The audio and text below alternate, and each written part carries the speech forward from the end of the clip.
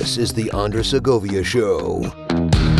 Welcome to the Andres Segovia Show stream. Was supposed to be live of my second anniversary of the Andres Segovia Show. It's been quite a ride since the beginning. See all this stuff?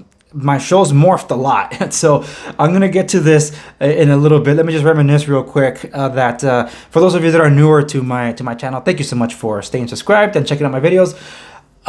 Basically, it's a business news channel now where there's tech involved. That's because I have a philosophy of working smarter, not harder. I'm a small business owner. I'm also an independent contractor as a real estate broker. I'm also a administrator. So with all that, I'm across at least three different companies where I basically have different hats that I wear. And to do what I do, I need devices that can power me to do it. But from where I come from, with respects to how I conduct myself and power myself with tech, I relied on technology that could keep up with me. But there came a point where technology stopped caring about productivity and started to just lure us in with these niceties, kind of like the sirens in the Odyssey and the Iliad, knowing that that looks really nice, but I don't like what you're doing with that technology, to which is where I stopped. And 2021 became the year that kind of proved the insanity of having too much or giving too much to big tech. And it's something that I'm going to touch on in a little bit. Let me just adjust myself here. So where I come from, I used to do just mostly tech stuff. It's called the Tech Corner, which was a part of the newsreel. I did that for about a decade. About half of that decade I devoted to the Tech Corner to be able to do on YouTube. My number one video was an off-the-cuff video that I recorded where I was comparing the BlackBerry Passport Silver Edition Hub versus the BlackBerry Priv Android Hub experience. And I didn't plan on recording it. I didn't script anything. I just went out there and started recording on my backyard. Didn't control the lighting source. It was getting dark. My dog was barking.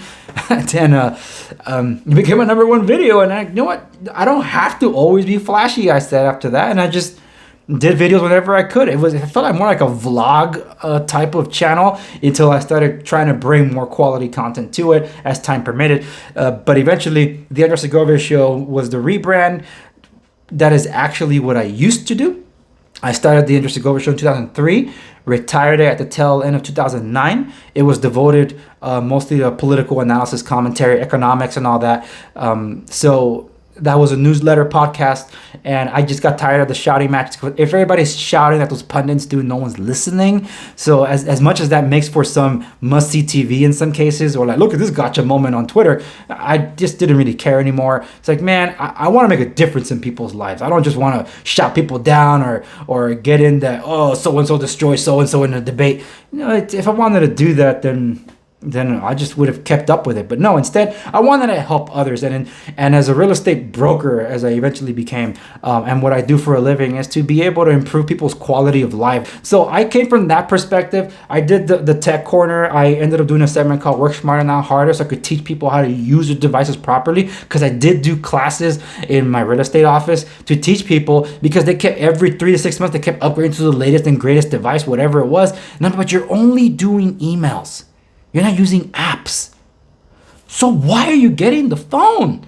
You have a pocket computer. Learn how to use it.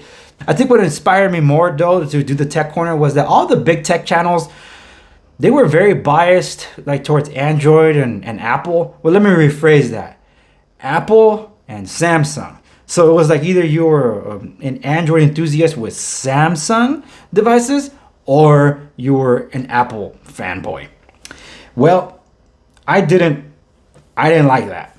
In fact, I stopped following NKBHD when I felt he just kind of like winged it for the BlackBerry Priv review. He even got the specs wrong on that.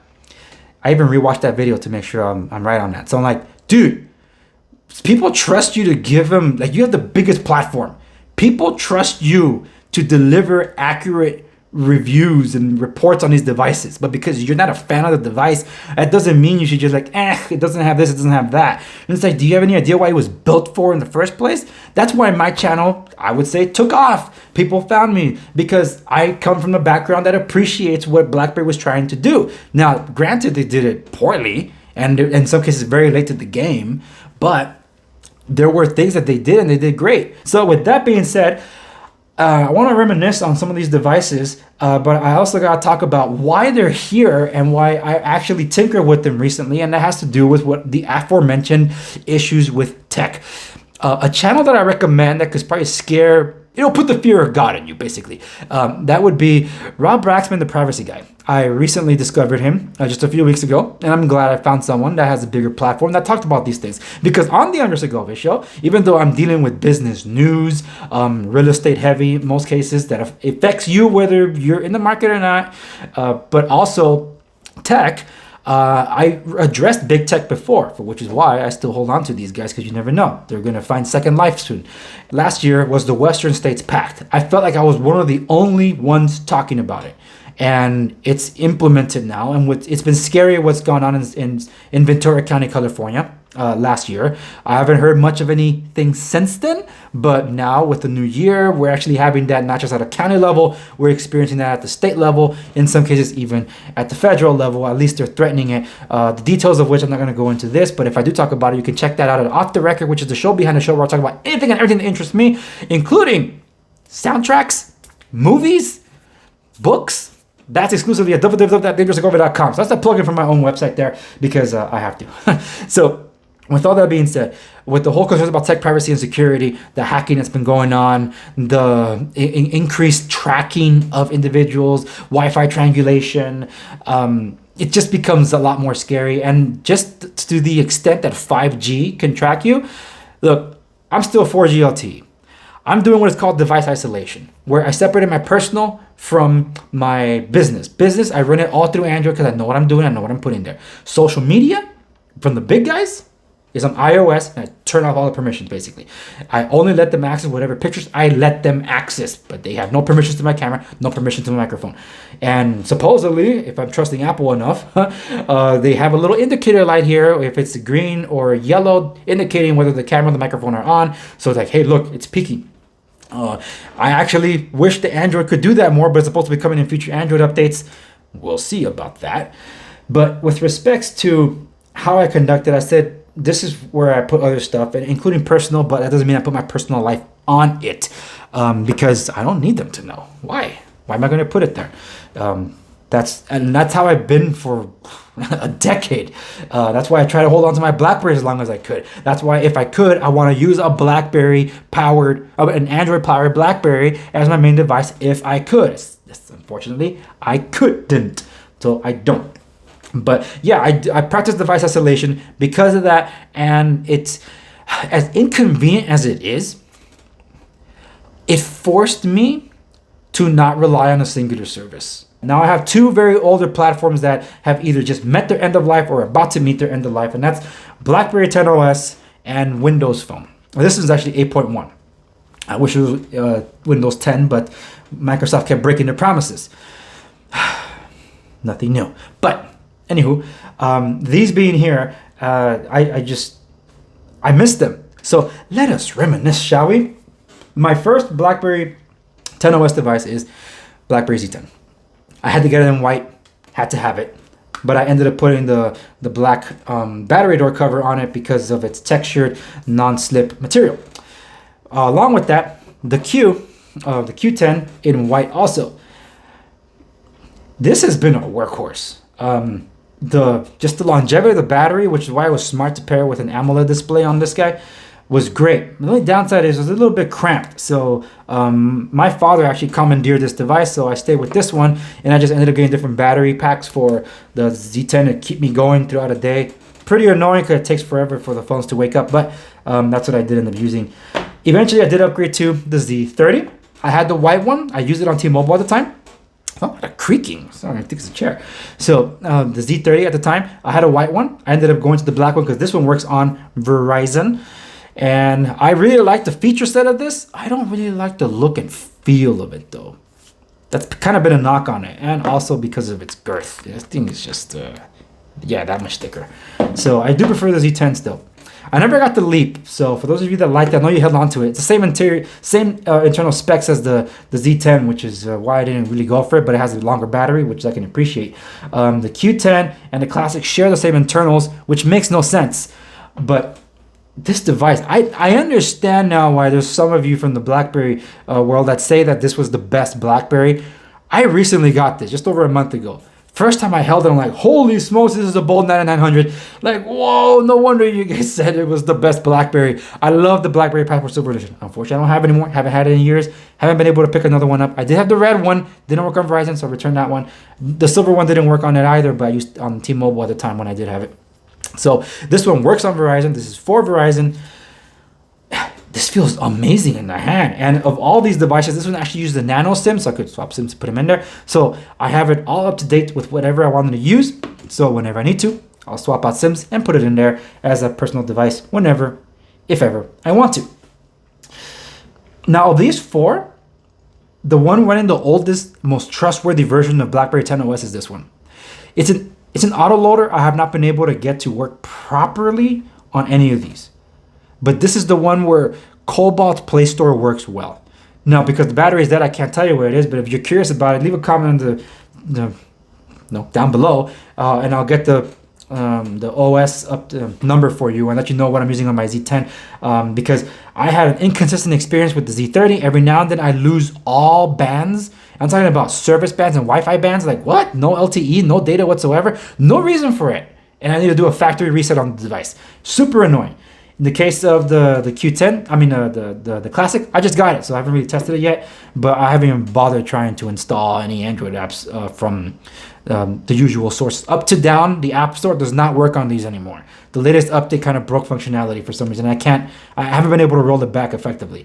And the Q10, that one's pretty much the Z10. It works just very slow. In terms of Windows Phone, end of life has already been reached. Almost every service doesn't work on it anymore. Like that includes the store, that includes the browser. Sometimes works, sometimes doesn't. Skype doesn't work. Almost every single Microsoft application that requires access to a server, OneDrive and all that does not work. What does work is you can use it as a camera.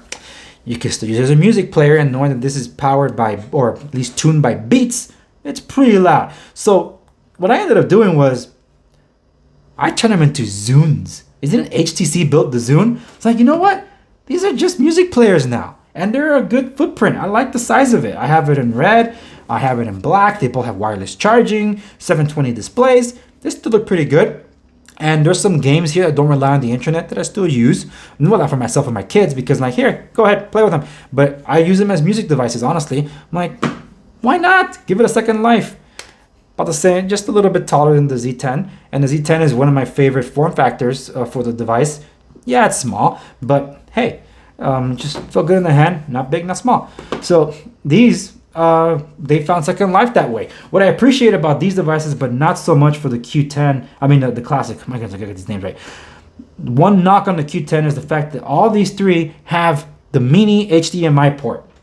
Reason that's key. If you notice these devices here, did you see this one? You know, I should have been trying to power this thing on while I was doing this stream, pre-recorded. BlackBerry Passport, Black Playbook.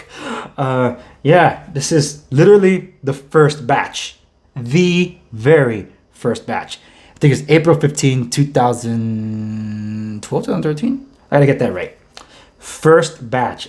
I had the 64 gigabyte. I had the 32 gigabyte LTE model. Didn't work on anything because it didn't have an IMEI assigned. I'm going to leave this one powering on so I can tell you how I use it. But yeah, so in terms of running all this up with nostalgic tech and also with the whole tech privacy and concerns, one of the first things I did was bring out older devices that do not have the latest software updates of Android, but the latest available to those devices that can still have life today. The BlackBerry Key 1. This is the Verizon CDMA variant. I was able to successfully get Android Oreo 8.1 working on this guy. You can check it out. I have a video for this available across my video platforms. You can check that out to see it working. I announced it on Crackberry platforms. I even explained how I did it.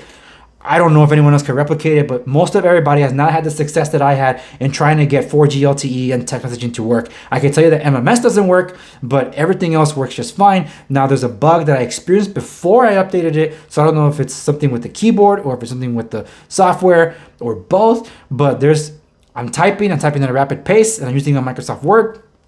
Sometimes it types, sometimes it doesn't. Same issue I had with the BlackBerry Key 2 series, which is why I let that one go. So I kept getting annoyed of those phantom key presses or lack thereof. But this other one, HTC 10, built like a tank. Fantastic headphone jack. This DAC is I believe is 24 or 32 kilobyte per second output. So this is a powered DAC, not just any average ordinary headphone jack. That goes the same for these the Windows phones, which is why they're still worthwhile. Also, the same case for the HTC One M8, although not as powered as this. But this one was in mint condition from my sister, and then she told me I had wire damage on it. So I'm like, oh, that's why you don't use it anymore. But I got it fixed. Still works. Latest updates. I think it's Android Nougat 7.1, and that's the last of it. But in terms of these two, this is one you haven't seen before from me. Essential phone, HTC One M8, that probably you know best because my favorite Android phone since ever. I have Lineage OS running on this guy, and it works beautifully. You know what? I'm gonna just, there's battery in it, so I'm gonna power it up. I did flash Lineage OS to this one with micro G services, but I have the 360 camera. It didn't work on it, so I flashed the factory image ROM back onto this, and it works. So I'm like, oh, okay, so there's a functionality broken there with 360 camera, which is important considering because this camera sucks. So the 360 camera kind of gives it a little more life, even though it's more 360 imagery, but at least it's better than what this one's producing. So I went back to that, and for the moment, at least anyway, the bootloader is unlocked, and I'll leave it on the factory settings. But it is a nice feeling device. This is one of the first that felt like, truly felt like an all-screen device. But yeah, I brought these out to show that you can give more life to old ones. And not pictured here, is my Google Pixel 2, not the XL. The 2, the last one built by HTC. The XL was built by LG. And also, oh my goodness, a Samsung Galaxy Note 9. And so those two are not pictured here. And for those, the Note 9 just got the Android 10 update not too long ago, and that's fine, even though it's not going to really get much of any more updates. And same thing with Google, the Pixel 2. But for now, I'm leaving them as is because I do use the Pixel unique feature set that it has for Pixel 2. And with Samsung, I use Dex. So that's, and other Samsung stuff. So that one I'm going to leave as is too. But when the time comes, I will de-Google them to give them more life because it just shows, just like the HTC One M8 does, that these things can power for a lot longer. I tried to de-Google the HTC One M8, but I couldn't get Sunshine to do like at least temporary. I couldn't get it to work on that. I was able to get it to work on the One M8, which is why I was able to do it. That has a lot more to do with Verizon than HTC and BlackBerry, because there's just no solution for a BlackBerry. That's just them. So, last item to touch upon. This BlackBerry Playbook, because of its connections down here, these charging pins are for the rapid charger. I have the rapid charger. Micro USB, sometimes works, sometimes doesn't. So I wirelessly transfer data whenever I have to. This is 16 gigabytes, not really much of any space left anyway. Micro HDMI output. Reason that's important, I might have mentioned this before for those of you that have been subscribed to me longer. When the lockdown happened, I didn't have a Nintendo or whatever to pass the time. I don't really like showing much of any American programming to my kids, just because I don't like my kids being preached at with politics. Why can't they just teach them the simple ABCs and 1, 2, 3s?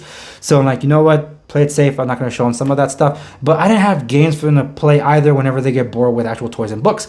And I believe in balancing things out. So I'm like, wait, I still got this, and I got a micro HDMI cable. I'm like, so what I ended up doing was getting some of the video games that I had here, like Asphalt 6 and Nova 2, and all I did was just plug them into a TV, and lo and behold, we had a gaming console. I couldn't secure a Nintendo Switch because it was sold out, and I didn't want an Xbox because I'm not even going to use it.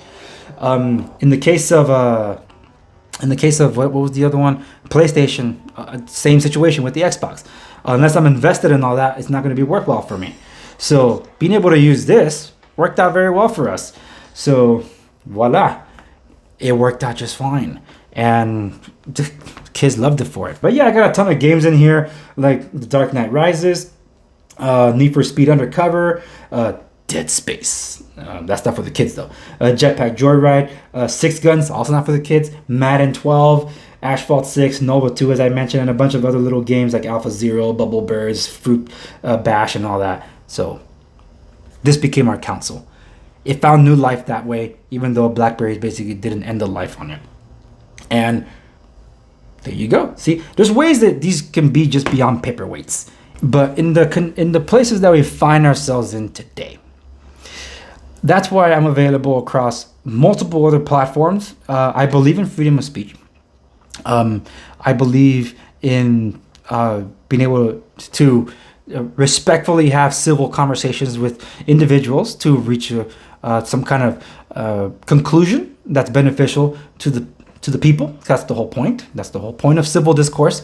But apparently we are not living in that society anymore, where we live in a society where if you don't like what I like, then you should no longer be able to enjoy your life. Well, just because you're miserable doesn't mean I should be, especially someone that's come from misery. So I learned to grow out of that. And some people never, they find no joy in life. And I found that being mopey, weepy, self-loathing and all that never got me anywhere. But when I started doing this to be able to help people with tech, engaging with people, and eventually with real estate and all that, I was able to connect with people at a different level and be able to see a positive impact in their lives. So because of that, I stay to it. It's not an easy thing. I don't pretend to be an optimist, because I'm not. I'm a realist, better than being a pessimist as I used to be. But with all that, it's like I don't like the overreach that's been going on with big tech. So I respect older tech. I wish all the best for the new venture with BlackBerry that nobody's heard anything about besides it's coming, but nothing materialized just yet. We want to see us succeed for the very reason of the real concerns we have this year. 2 videos, I might have referenced them earlier. I don't remember. I'll just talk about them again.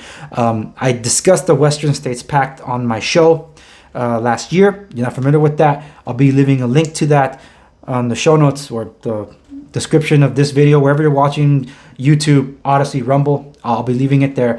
I also did another one with respects to the question. Almost 2 years ago, a year and a half ago, I did this video asking the question: is the Chinese social credit system coming to the United States, or is it already here through the form of corporations? I think that answered itself this year. And I did that video a year and a half ago. So if you want to know more about those, I'll be leaving links to those. And I'll be leaving a link also to Rob Braxman, the privacy guy. So you can check that out there. Now, with respects to everything else that I do and how I might be able to help you, particularly if you're in the Southern California area, where you want to have a discussion about, being able to see if you're ready to buy, make a move and stuff like that. That's what else that I'm here for. I'm here to help. So you can check out my real estate resources at segoviares.com. But for my show and everything, all the hub of everything is my website, including the show behind the show, off the record, and everything else that I do there, www.theandresegovia.com. That's it for this. It's been 2 years. Thank you for watching me babble on about old devices. So, do you still hold on to old ones? I know some of you are still holding on to your BlackBerry 10 until they pry from your dead cold fingers.